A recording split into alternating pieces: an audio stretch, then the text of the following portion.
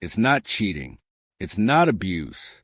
But sometimes the way your partner refuses to invest in you, emotionally or financially, feels like betrayal.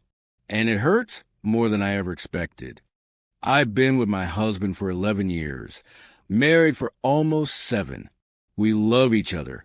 Our sex life is amazing, and we're compatible in so many ways. But here's the problem. He's chronically uncurious about me, not just emotionally, but also when it comes to money I invest into our relationship. I have mental health challenges. I'm working on them.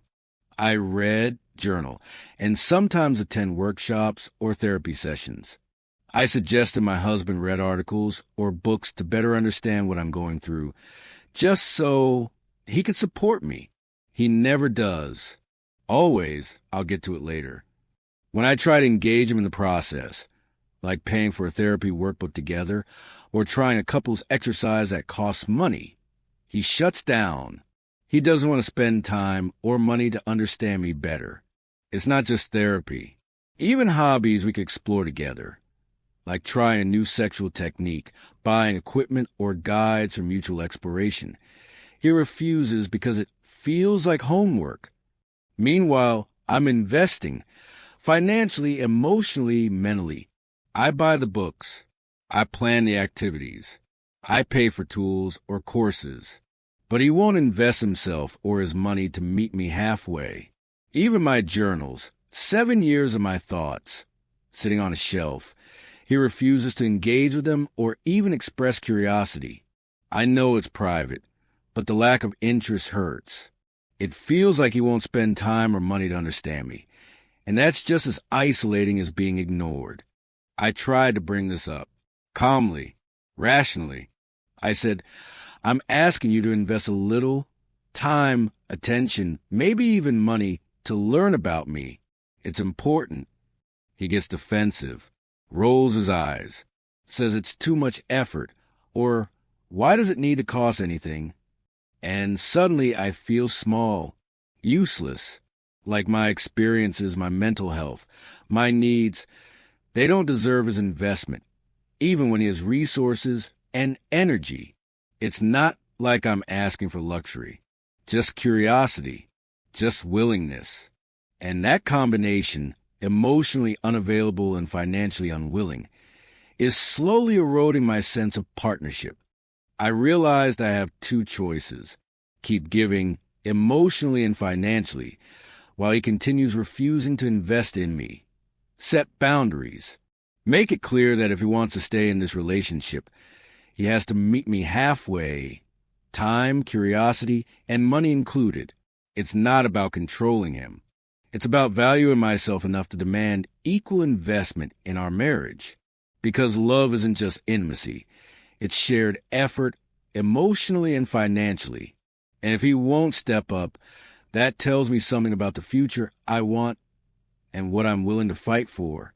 Sometimes, the hardest lesson is realizing that love requires both hearts and wallets, not in a transactional way, but in commitment, effort, and investment. And if that investment isn't mutual, then the relationship, no matter how loving, can't grow. Have you ever introduced someone to your friends, only to find out they all ended up hanging out without you? That's exactly what happened to me, and it left me feeling completely invisible. I'm 29, and I have a tight group of friends I hang out with regularly. Recently, I introduced them to another friend I've known for a few years, thinking it'd be fun to bring everyone together. At first, the interactions were a bit awkward. My friends barely knew her, and I found myself steering the conversations. But the next day, she created a group chat with everyone, including my main friends, and I thought, okay, cool. She likes them, that's nice. The second time we all hung out, I had to leave a little early. They stayed behind for a few more hours, and that was fine. I didn't mind. But then, things started to feel off. The very next day, I discovered they had all hung out again without me. 5 of them, including a friend I introduced, spending the whole day and night together. Not a single invite came my way. I got a couple of small talk messages afterward, which felt more like guilty check-ins than genuine conversations. I couldn't help but wonder, why me? I'm usually the one making sure everyone is included, listening to everyone, and putting effort into keeping our group tight. Yet suddenly, it felt like I didn't matter at all. I struggled with what to do next. Do I bring it up? I've always been the type to talk things out and not let feelings fester, but I couldn't imagine the conversation going well. Oh, we didn't know you were free. An excuse I'd know wasn't true, and even if they did invite me next time, I'd feel like it was out of pity, not genuine interest, adding to the complication. Some of my friends are single men, and the new friend I introduced is single too. I noticed a lot of attention and compliments thrown her way, not overt flirting, but enough to make me feel like I was suddenly invisible. That alone made me question my place in the group. After a lot of thinking, I realized that maybe the healthiest thing for me right now is a little space. Taking a step back doesn't mean cutting them out. It means prioritizing my own emotional well-being and seeing how things naturally unfold. It's hard. But sometimes being the one who always holds everyone together means learning to step back and let relationships find their balance. I also learned that it's okay to feel hurt. Our feelings are valid, even when they're complicated. And sometimes the best way to handle a situation like this isn't confrontation, but self-care and reflection. Friendships can be messy, especially when emotions, expectations, and attention shifts collide. But in the end, respecting your own feelings and boundaries is the most important thing. Have you ever wondered what intimacy looks like after 50? For my wife and me, it's very different than what most people expect. It's not about frequency or even intercourse. It's about connection, presence, and understanding. And honestly, navigating hasn't been easy. I'm 51. My wife is 52. And for the past 3.5 years, our sexual relationship has been virtually non-existent. We schedule intimate time once a week, but when I say intimate, I don't mean intercourse. She experiences pain and has very low libido, despite taking estradiol and working with a pelvic floor physiotherapist. It's not because she doesn't love me or because I don't try. It's a physical reality that we've had to accept together. At first, it was frustrating and confusing. I questioned myself. I wondered if I was doing something wrong, or if I had somehow failed as a husband. But the truth is, this is a challenge many couples face after 50. I've talked discreetly with friends, and it turns out this is far more common than society wants to admit. The change didn't happen overnight. It was gradual. Over time, we realized that intimacy wasn't just about physical closeness. It became about touch, about being seen, and about maintaining a sense of connection. We developed rituals, holding hands while watching TV, cuddling before bed, cooking together, or taking walks. These small moments became our intimate time. There are days when I feel frustrated. Sure, it's natural to miss the excitement and closeness we had in our younger years. But there's also something profoundly comforting about knowing that intimacy can evolve. It doesn't disappear, it transforms. And I've learned that love and connection can be just as deep, if not deeper, than it was when physical attraction was the primary focus. Society often places a huge emphasis on physical acts as proof of intimacy, and that pressure can be exhausting. Many friends, family, or media portrayals make it seem like a couple over 50 is less married if they don't have frequent physical closeness. But in reality, the bond between my wife and me has strengthened in ways that aren't visible on the surface. Still, it's not always easy. Sometimes I catch myself thinking, am I getting what I need emotionally? Do we still connect the way we used to?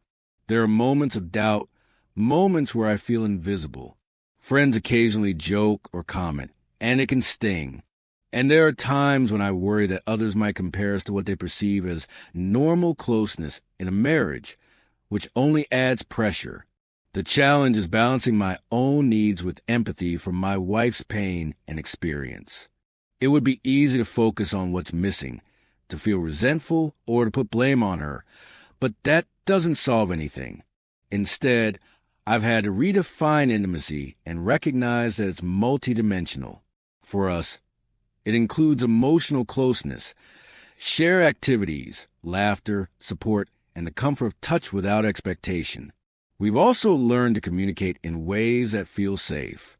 We don't schedule intimate time as a chore. We plan it to ensure we have space to be together, uninterrupted and present. Sometimes it's cuddling on the couch for hours. Sometimes it's holding hands on a walk while discussing our day. Other times it's simply sitting together in silence and feeling connected. Through this journey, I've realized that intimacy after 50 is not about conforming to societal expectations. It's about creating your own definition of closeness, one that fits the realities of aging, health, and personal preferences. Many couples experience changes in physical desire, and that's okay. What matters is how you adapt, how you maintain trust, and how you continue to show love. I've learned to appreciate the quiet moments, the small gestures, and the daily acts of care. It's also a reminder that love evolves over time. The way my wife and I connect now is different from when we were 25 or 35, but it's meaningful, fulfilling, and uniquely ours. For couples over 50, it's important to understand that intimacy doesn't have to look the way it did in your youth. It can be just as deep, just as passionate in a different way. Scheduling intimate time isn't a sign of failing marriage. It's a way to prioritize connection, to remind each other that closeness matters. Aging doesn't diminish love or connection. It transforms it. And sometimes the deepest intimacy comes from understanding, patience, empathy, and the quiet ways we choose to be present for one another. So if you're navigating intimacy after 50, know that you're not alone.